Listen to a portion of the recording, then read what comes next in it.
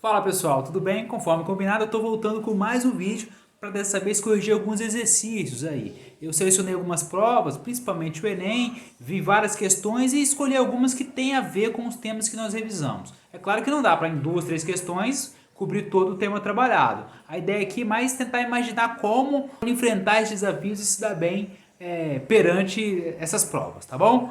Vamos lá, eu vou corrigir aqui, vou colocar as imagens, vou corrigindo, você vai ouvir a minha voz comentando essas questões. Então, pessoal, a primeira questão foi do Enem de 2016, então não é tão antigo. São dois textos, e aí a partir do exame dos dois textos, você responde a questão. Nessa primeira imagem eu coloquei o texto 1. Aliás, já fica a primeira dica. O Enem é interpretação, leitura, interpretação, leitura, interpretação. Ah, professor, mas é muito cansativo, os textos são grandes, os textos são longos, são muitas questões no dia só. Enfim, são questões que eu sei que você também sabe. E Enem é guerra, você tem que se preparar para um dia de guerra e traçar uma estratégia para essa guerra. A guerra você não vai lá assim, eu vou lá e vou matar o inimigo. Não, a guerra você estabelece uma estratégia. Eu, por exemplo, quando fazia essas provas, contava quantas questões, temos X questões, eu vou perder tantos minutos para preencher o gabarito, então tem que fazer cada questão em tanto tempo. É claro que você não vai ficar ali cronometrando questão por questão, mas, por exemplo, assim, se você estabelece aí que a cada 3 minutos você faz uma questão, então, poxa, então em 40 minutos eu tenho que responder tantas questões, em uma hora eu tenho que responder tantas questões, de acordo com o tempo que você estabelece. Aí, começou a prova 1 hora, 2 horas, você já pode avaliar se você está seguindo o seu cronograma, se não está. É claro que assim, meu Deus, eu demorei mais do que eu imaginava, então tem que acelerar mais, ou então eu estou indo rápido, então eu posso controlar melhor meu tempo, posso seguir nesse ritmo, enfim. É uma estratégia a ser traçada. E aí, então, são textos para análise, o conhecimento histórico é fundamental, mas além do conhecimento histórico, é importante você ter uma sagacidade de saber lidar com as questões e ler. Vamos ver esse primeiro texto aí. Documentos do século XVI algumas vezes se referem aos habitantes indígenas como os Brasis ou gente Brasília, e ocasionalmente, às vezes, no século XVII, o termo brasileiro era a eles aplicado. Mas as referências ao status econômico e jurídico desses eram muito mais populares.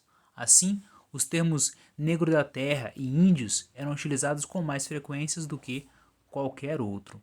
Então, está dizendo os termos comuns, como os negros, os indígenas eram chamados, perdão, os indígenas está se referindo, né? Então, como os indígenas eram chamados, o texto menciona que o fator econômico era o preponderante, né? É um negro da terra, ou seja, é um escravo, um africano, é como se fosse um africano trazido da África para cá, mas nascido aqui. Então, é um negro da terra. É como se aquele ser humano não tivesse uma identidade. É uma coisa, uma máquina para prestar trabalho. A gente vai agora para o próximo texto. O próximo texto diz assim: índio é um conceito construído no processo de conquista da América pelos europeus. Desinteressados pela diversidade cultural, ou seja, não queriam conhecer essa diversidade que existia aqui, e imbuídos de forte preconceito com o outro, o indivíduo de outras culturas, espanhóis, portugueses, franceses e anglo-saxões terminaram por denominar da mesma forma povos tão díspares, tão diferentes quanto os tupinambás e os astecas. Então o que o texto está dizendo? Os povos são diferentíssimos e são, você sabe, o Inca é muito diferente de Azteca. Azteca é muito diferente de Tupi. Tupi é muito diferente de Guarani. E nós já tratamos de conflitos, dos confrontos entre os próprios índios aqui no Brasil, né? Tribos inimigas. Então, assim, entre eles são muito diferentes, mas a desconsideração, a falta de vontade de conhecer a cultura era tão grande que para europeus, para, enfim, em geral, né, para portugueses, franceses, espanhóis, era tudo a mesma coisa. Isso acontecia muito com os negros também, mas essa questão trata dos índios, né? Mas isso acontecia muito com os negros. Diferenciava-se só assim, o negro nascido aqui e o negro nascido na África. E até hoje, né? Até hoje. Repare como as pessoas, geralmente com negros, falam assim, nossa, né, mas são todos iguais, né, todos parecidos. Ou então chega pro negro e fala, nossa, mas você parece tanto com fulano, você parece tanto com um primo meu, tu parece tanto com o meu vizinho, parece tanto com o motorista, parece tanto com não sei quem. Como se você não reparasse, não tivesse o esforço de reconhecer as identidades, as diferenças entre pessoas, como você reduzisse a nada a identidade, a especificidade, a singularidade desses indivíduos. Preconceito. Então vamos lá. O chamado para a questão. Ao comparar os textos, As formas de designação dos grupos nativos pelos europeus durante o período analisado são reveladoras da. Então vamos lá, traduzindo. Você vai comparar os dois textos e a partir desses dois textos, a forma de designação, ou seja, a forma como esses grupos são chamados, grupos indígenas, demonstra o quê? O que isso demonstra? Vamos lá, para as opções. Na letra A, uma concepção idealizada do território, entendido como geograficamente indiferenciado. Então, está dizendo que os europeus olham para o nosso território e vê tudo como a mesma coisa. Na letra B, percepção corrente de uma ancestralidade comum às populações ameríndias. Aqui sim, antes de eu continuar lendo, o enunciado fala, o texto permite revelar que, o texto permite observar que. Então, vai ser uma resposta que fica muito clara para você no texto. Na letra A, por exemplo, fala assim, concepção idealizar o território. Ele não fala em território em nenhum momento, os textos. Na letra B, está dizendo que tem uma ancestralidade comum. Não é isso que o europeu pensa, né? Porque, na verdade, se ele pensasse nessa ancestralidade, isso é um ato de respeito à cultura. E respeito é o que eles não têm. Letra C, compreensão etnocêntrica acerca das populações dos territórios conquistados. É isso, é a letra C. Uma concepção etnocêntrica, com eles, europeus, no centro, no destaque. Você pode ver também eurocêntrica em alguns momentos, alguns textos, né? Mas o etnocentrismo, acho que vocês já trabalharam isso em sociologia, e talvez seja a principal marca dos dois textos. Na letra D, até poderia ser, porque esses preconceitos, essa dificuldade com o diferente, essa coisa de ver o índio como um sem fé, como alguém descrente, é uma transposição da Idade Média, mas o texto não fala dessa questão de fé, de ver o índio como um ser desprovido de fé. E na letra E, visão utópica, ou seja, uma visão imaginária, impossível, uma visão utópica configurada a partir de fantasias de riqueza. Não, isso aí o cara estava fazendo questão, quando chegou na letra E ele pensou assim, não tem mais criatividade, vou inventar qualquer coisa aqui.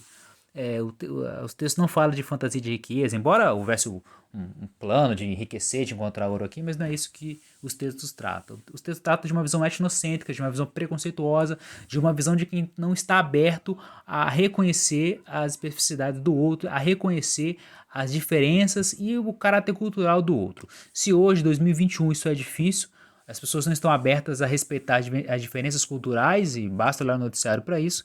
Em 1500 e pouco, isso era ainda mais difícil, tá? Então a resposta dessa é a letra C. Bom, essa número 2, também do Enem 2016, ela é um pouco mais direta. Você precisa ter uma noção de um processo histórico que ela está tratando, que são as conjurações do Brasil, né? Nós somos duas conjurações ou inconfidências, a mineira e a baiana. A mineira é mais famosa, a baiana aconteceu um pouco depois, as duas influenciadas pelas ideias iluministas, influenciadas pela Revolução Francesa.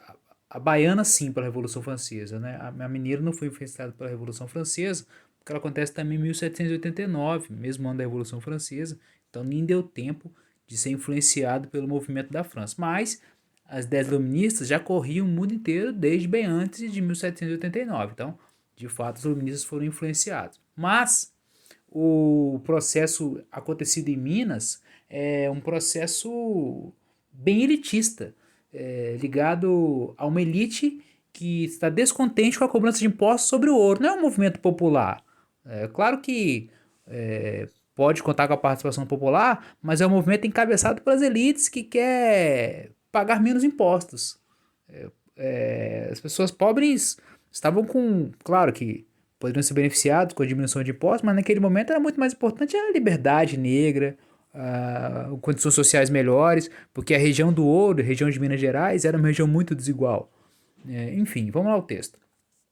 O que ocorreu na Bahia em 1798, ao contrário das outras situações de contestação política na América Portuguesa, é que o projeto que lhe era subjacente não tocou somente na condição ou no instrumento da integração subordinada das colônias ao Império Luso. Desta feita, ao contrário do que se deu em Minas Gerais, a sedição avançou sobre sua decorrência. Então, o que ele está falando? Ocorreram questionamentos aqui na colônia em relação ao domínio de Portugal. E por que isso acontece? Porque o iluminismo ele vai pregando ideias de liberdade, da importância do indivíduo e da sua singularidade, a importância do desenvolvimento econômico de um país, de uma nação, e isso não combina com o iluminismo. Então, assim, colonialismo, uma nação, no caso Portugal, explorando outro povo, no caso a colônia brasileira, é bom para Portugal, mas isso não é compatível com o iluminismo, isso é uma contradição, isso é um paradoxo. Eu estou aqui defendendo a liberdade, mas não quero a liberdade das minhas colônias. Então a questão é essa. Então a questão é essa. Só que o que ele está dizendo aqui nesse texto? Que a Bahia ela vai além desse questionamento econômico. Ela vai além de questionar essa exploração econômica. Por que ela vai além? Vamos ver as alternativas. Olha só, na letra A. Perdão, vamos ao chamado primeiro, né? A diferença entre as edições abordadas no texto encontrava-se na pretensão de... Que pretensão é essa? Eliminar a hierarquia militar, ou seja, acabar com a hierarquia, as diferentes patentes no corpo militar, nada a ver. Vou pular a letra B. Letra C.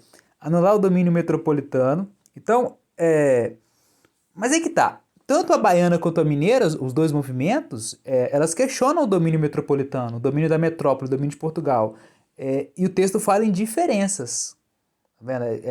Mesmo nessa questão que existe o conhecimento histórico, existe o conhecimento desses processos, que é a conjuração mineira e a baiana, há também uma necessidade de interpretação do texto. Na letra D, suprimir a propriedade fundiária, ou seja, fazer uma reforma agrária. Não, isso não estava em questão. E letra E, extinguir, acabar com o absolutismo monárquico. De certa forma, esses movimentos questionavam o poder metropolitano, questionavam a metrópole, então acaba questionando o poder monárquico, o poder do rei. Mas é a letra B. Por quê? A conjuração baiana questiona o poder metropolitano, questiona a cobrança de impostos, mas ela vai além desse questionamento metropolitano e ela também defende o fim da escravidão. A Inconfidência Mineira jamais defenderia o fim da escravidão. Por quê? Porque era um movimento de elite, de ricos, de pessoas que lucravam com o ouro e que dependiam da mão de obra negra.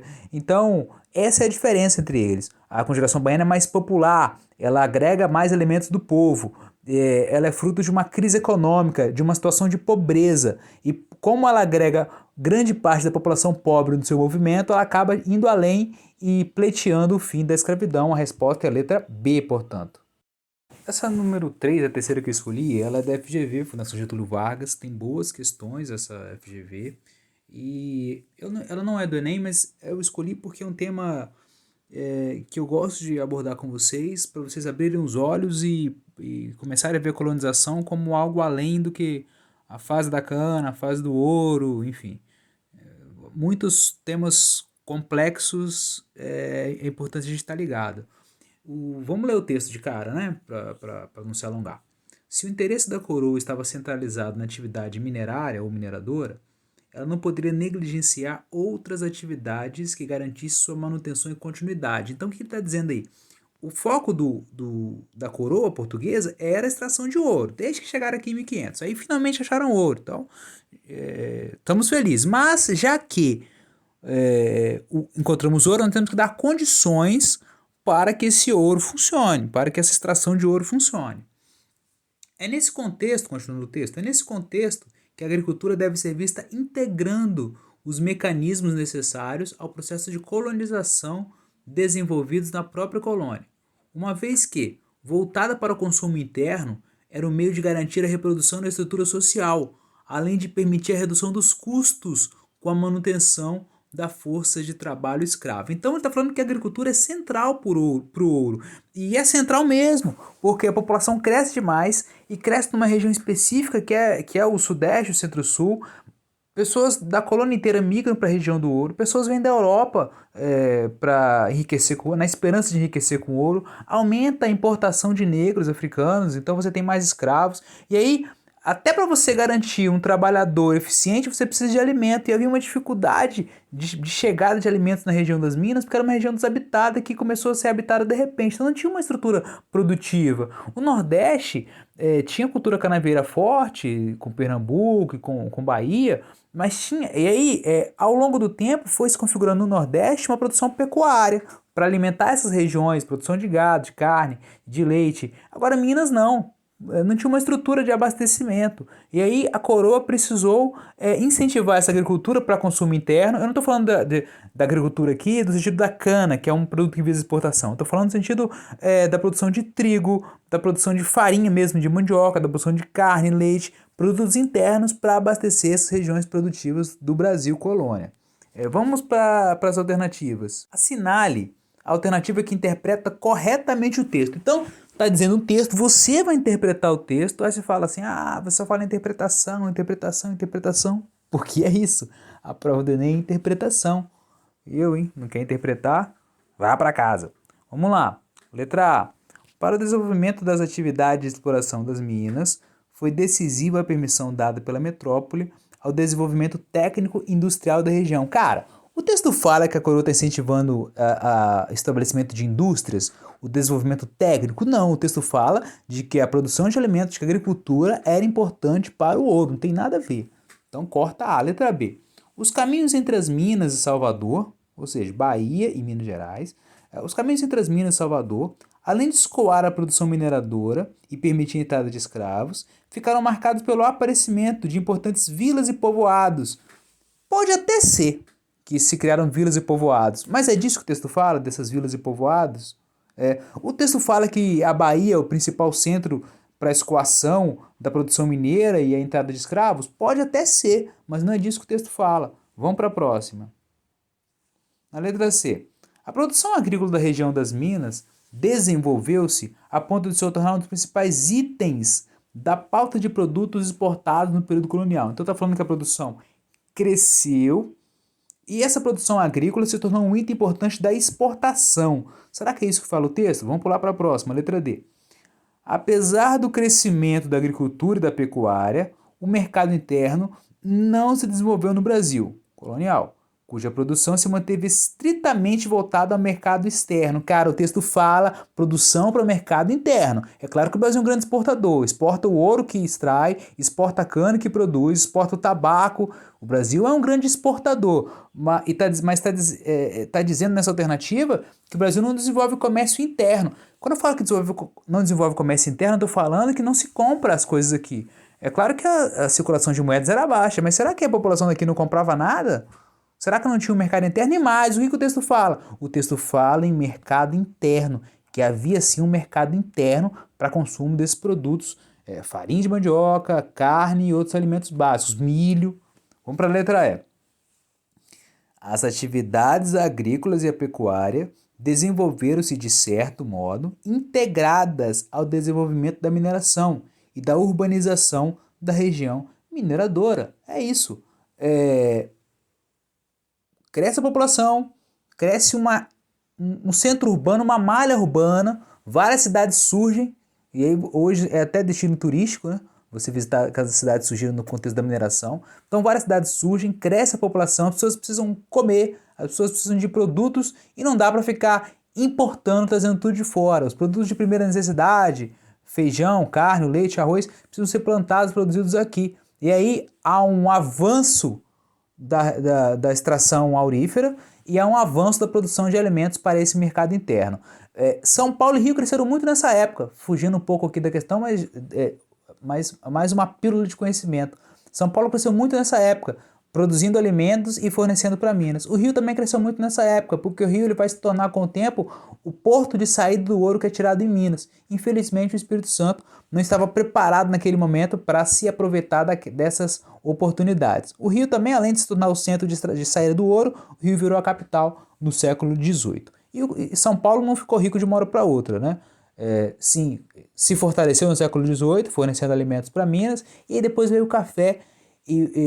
O Espírito Santo, aí sim, o Espírito Santo se aproveitou do avanço do café, mas São Paulo já estava um passo à frente economicamente, por isso São Paulo pôde enriquecer ainda mais e se tornar o centro decisório do Brasil no século XIX.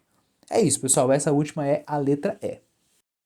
Então é isso, pessoal, comecei a gravar o vídeo de tardezinha, agora já é noite, terminei de gravar, narrei as questões, vamos dizer assim, e é isso, né? Foi uma quinzena tranquila, mais pra gente retomar os trabalhos, aí a partir da próxima a gente já começa com temas novos e atividades também, tá bom? Até a próxima.